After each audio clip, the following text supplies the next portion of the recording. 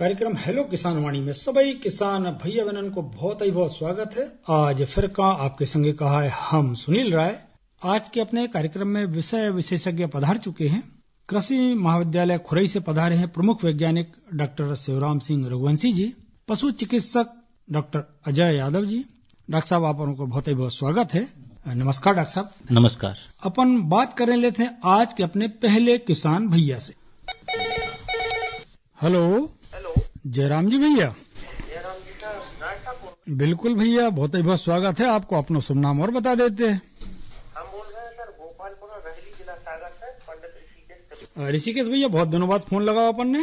हाँ सर, व्यस्त रहे थे तो आज को हमारा प्रश्न जो है सर। हाँ बताएं।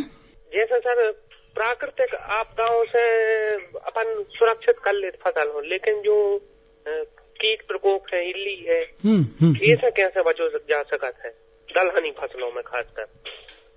आपको जो के वो कहो कि प्राकृतिक तरीका से हम कौन हिसाब से हम बच सकें इनसे, है ना? हाँ बिल्कुल सर। आजकल का है जलवायु से छेड़छाड़ करी लोगों ने। बिल्कुल ठीक।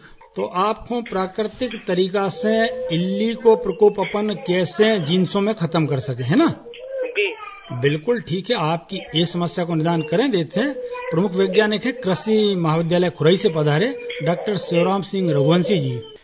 नमस्कार सर। नमस्कार। अब आपने बोली गया था कि हमारे जो कीट व्याधि का प्राकृतिक रूप से हम कैसे नियंत्रण करें जी। तो अब इसके लिए भैया आपको बता दें, हम अपने को कुछ बातें ध्यान रखना पड़ेगी कि हम प्राकृतिक समय पर ही बुआई करें। ऋषिकेश भैया देखो, जैसे अपन लोग पहले करते थे कि प्राकृतिक समय के अनुसार अपन बुआई करते थे। जैसे बरसात की फसल खत्म हुई और हम लोग समझते थे कि हमारा जो नारियल का तेल है वो यदि हल्का सा जमने लगा तो हम उस टाइम बुआई चालू कर देते थे। जी। सोचते थे कि हमारा वातावरण बिल्कुल बुआई के लायक हो गया है। जी। अब चूंकि क्या है कि हम लोग 12 महीने और जब चाहें तब बुआई कर रहे हैं, तो इसलिए क्या है कहते हैं कीट व्याधि अकेली दलहनी फसलों में नहीं, सभी फसलों में बढ़ती जा रही हैं।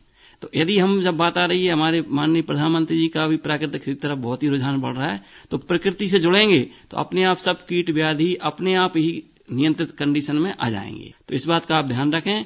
उसके लिए फिर हमको पूरी प्रकृति को फॉलो करना पड़ेगा और प्रकृति के अनुसार ही चलना पड़ेगा। उसी के अनुसार बुआई करेंगे, उसी के अनुसार हम कटाई करेंगे और जैसी वर्षा हुई वैसी हम फसलों का निर्धारण करेंगे कि यदि अच्छी वर्षा हुई है तो हम लोग गेहूं की ज्यादा बुआई करें, कम वर्षा हुई है तो हम अपनी दलहनी फसल लगाएं और मध्यम वर्षा है तो वहां पर तिलहनी फसल का एरिया बढ़ाएं या क्षेत्र बढ़ाएं। जैसे पहले लोग बोलते थे कि पानी बहुत अच्छा वर्षा है तो मतलब इस साल गेहूं की बुआई ज्यादा करेंगे। ऐसा अपने को ध्यान रखना पड़ेगा। प्रकृति के अनुसार हम चलेंगे तो अपने आप हमारी सब चीजें प्रकृति के द्वारा नियंत्रित होने लगेंगी। ठीक है, बहुत बहुत धन्यवाद। आपने हमारे फोन लगाओ। हेलो हेलो सर, नमस्ते। नमस्ते भैया, स्वागत है आपको कार्यक्रम हेलो किसान वाणी में। जी सर। जी, अपना शुभ नाम बताते भैया। अगरा से पवन तिवारी बोल रहे।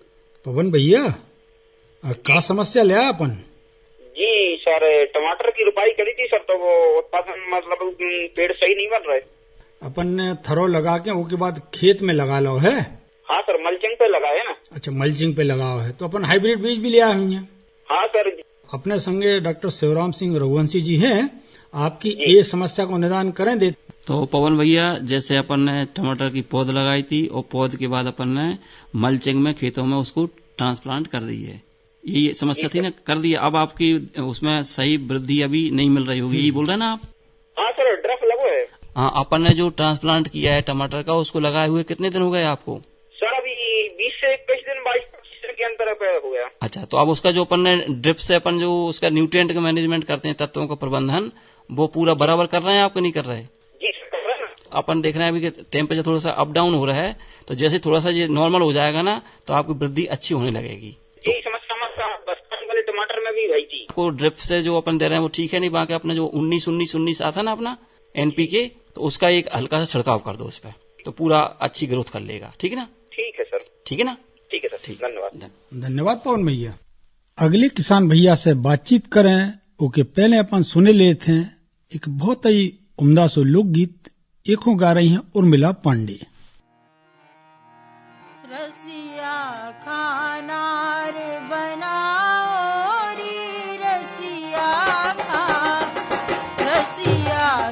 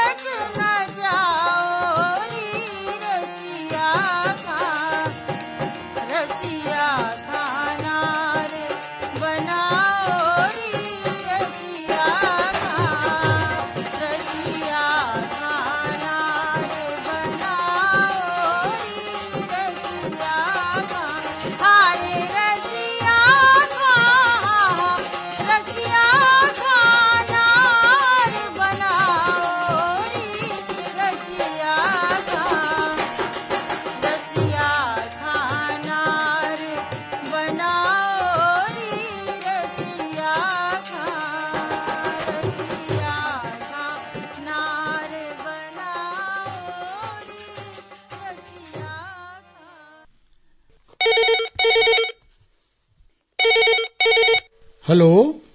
सर हेलो, आकाशवाणी सागर। बिल्कुल आकाशवाणी सागर, अपना शुभ नाम और बताते। हम सर रामचरण यादव जिला तहसील बंडा जिला सागर मध्य प्रदेश से। अच्छा रामचरण भैया बताओ, आज का समस्या ले आए अपन जैसे कोई सरकारी लाभ लेना चाहते हैं कोई किसानी के बारे में, जैसा पर को कुआ खुदवाना है अनुदान से, तो सर उसके बारे में सोच रहा है कि क्या क्या अपन को देना पड़ेगा और कैसे पास होगा। वो जमीन 2.5 एकड़ में आते हैं सर।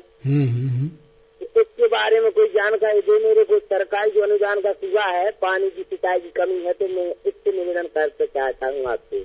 आपकी ये समस्या को निदान करें थे रघुवंशी साहब कि अपन को कुआ खुदवाने हैं तो उसमें कौन कौन सी शर्तें रहते हैं वे बताएं दी थे। हाँ, तो रामचरण भैया, सरकारी योजनाओं के लिए कुछ मापदंड निर्धारित रहते हैं। इसके लिए आपको जो अपना डिप्टी डायरेक्टर ऑफिस रहता है जिलेफ है, उप संचालक कृषि कार्यालय, वहां पर जाकर आप पूरा उसका मापदंड को देखें और मापदंड में यदि आप आ रहे होंगे तो आपको उसका लाभ मिल जाएगा। तो आप सबसे पहले ये ध्यान रखें कि हम उस क्राइटेरिया में आ रहे हैं कि नहीं आ रहे। ठीक है रामचरण भैया।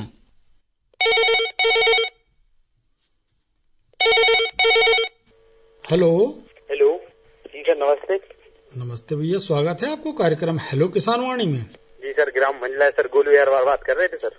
बताओ गोलू भैया। जी सर। आप अपने सामने कौन सी समस्या ठानी है? सर काम में सर ये परेशानी थी सर, मेरा सर नींबू का पेड़ था एक सर। एक्चुअली क्या है, पीला पड़ने लगा है सर, मतलब आधा पेड़ हरिया रहा है और आधा सर सूखने लगा। इसकी समस्या ये थी सर, गेहूं अभी सर अपना मतलब पुग रहा है, तो सर उसमें कोई दवाई ऐसी डाल सके पोषक की ताकि और अच्छा दाना पोस्ट हो सके। जा भी बताए थे हम सर। एक मेरी सर गाय है सर, तो उसमें एक्चुअली क्या है, उसका थन में सर वो है, तो उसमें से एक दूध नहीं निकलता सर, सूजन टाइप की है सर। डॉक्टर अजय यादव आपकी समस्या को निदान करें देते हैं गोलू भैया। जी जी सर। नमस्कार गोलू जी। नमस्कार। गाय है, उसके थन में सूजन है अभी?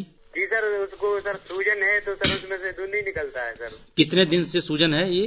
सर इसको समथिंग अभी ये 1 महीना हो गया सर उसको बछड़ा दिए हुए, मतलब वो ब्याह गई है सर।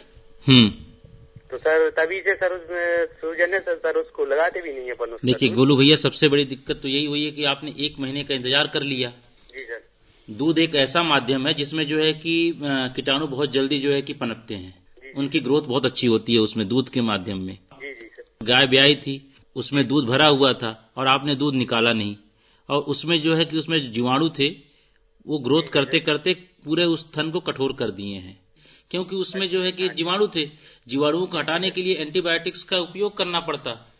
जी जी सर। तो किसी पशु चिकित्सक को आप दिखाए होते तो वो उसमें इंजेक्शन वगैरह लगाते, जी सर, जिससे उसकी जो इन्फेक्शन है वो पहले खत्म होता। जिस वजह से वो सूजन आई थी, वो सूजन उस वजह को खत्म करना जरूरी था। और अब क्या हुआ है कि उसमें से दूध बिल्कुल नहीं आ रहा। इसका मतलब है कि उसमें फाइब्रोसिस हो गई होगी, मतलब उस पे जो है एक परत जम गई होगी, जो जिस थन में एक थैली जैसी होती है अडर में, ठीक है, तो वहां पे दूध इकट्ठा होता है, फिर कीट के माध्यम से बाहर निकालते हैं।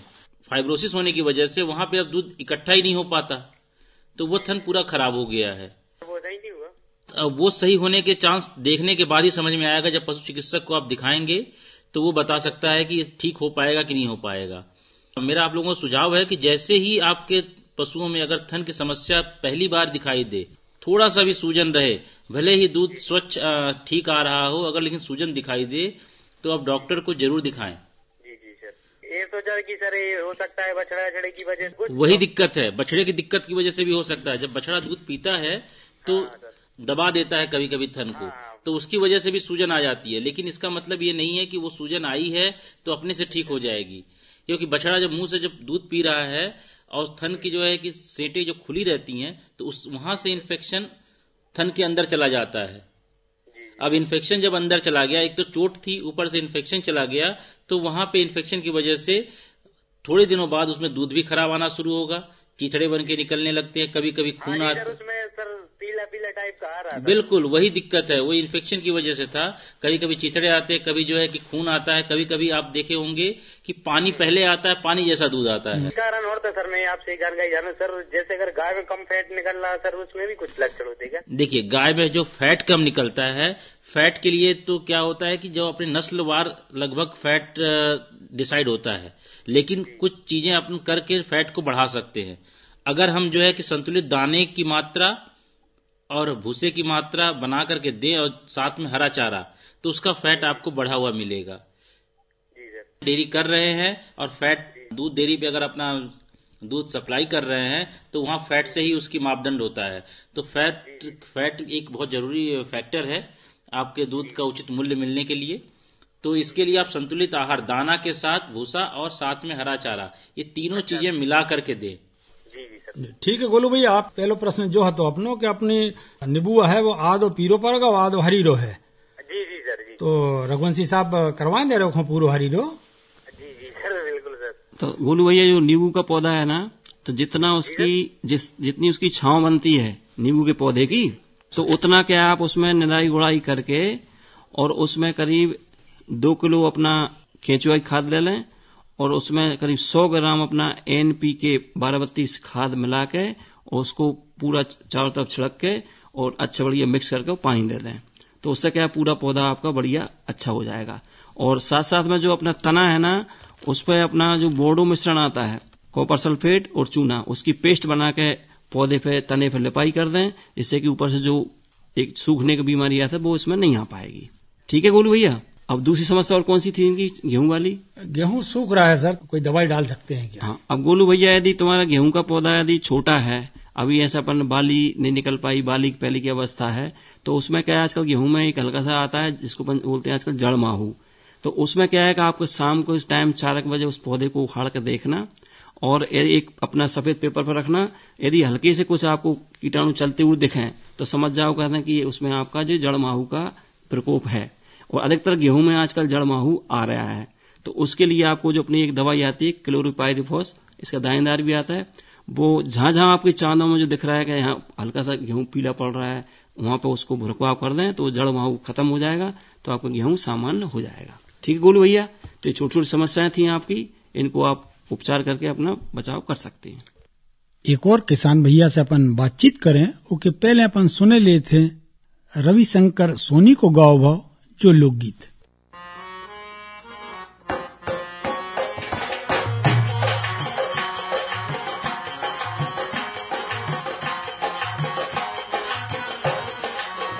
मोरे बाबाजू जा बाजू रे हो के बाबाजू, मोरे बाबाजू जा बाजू रे हो के बाबाजू।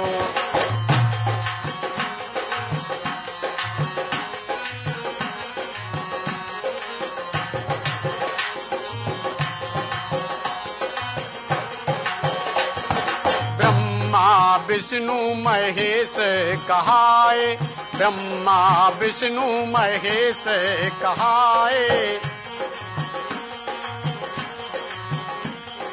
ये तीनों छल कर बे मोरे आए, मोरे बाबाजू जा बाजू रे हो के बाबाजू, मोरे बाबाजू जा बाजू रे हो के बाबाजू।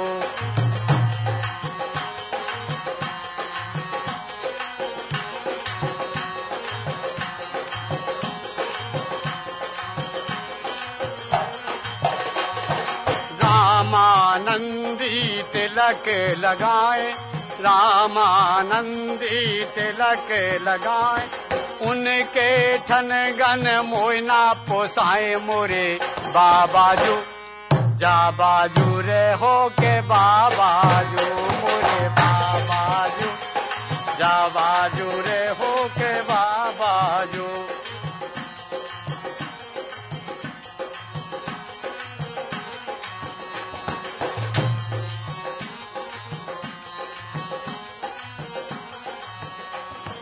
माता अनसुईया भोजन बनाए, माता अनसुईया भोजन बनाए, नित्य कर लोटा पानी पिलाए, मोरे बाबाजू जा बाजू रे हो के बाबाजू, मोरे बाबाजू जा बाजू रे हो के बाबाजू।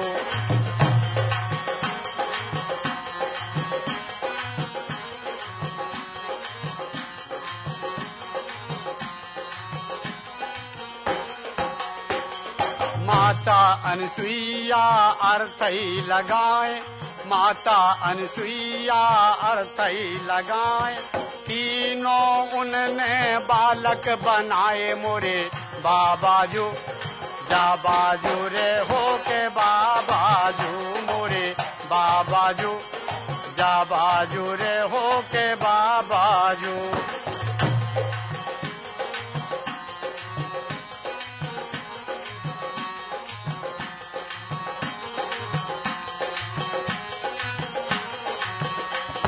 माता अनसुईया झूला झुलाए, माता अनसुईया झूला झुलाए, के बातें प्रभु को सुनाए मोरे बाबाजू, जा बाजू रे हो के बाबाजू।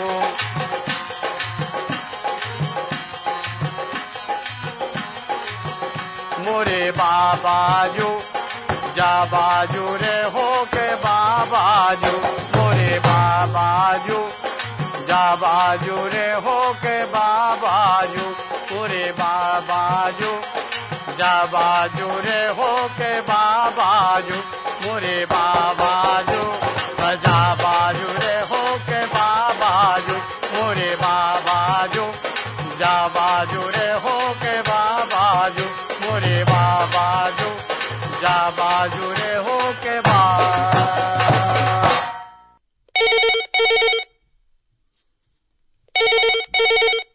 हेलो जयराम जी भैया।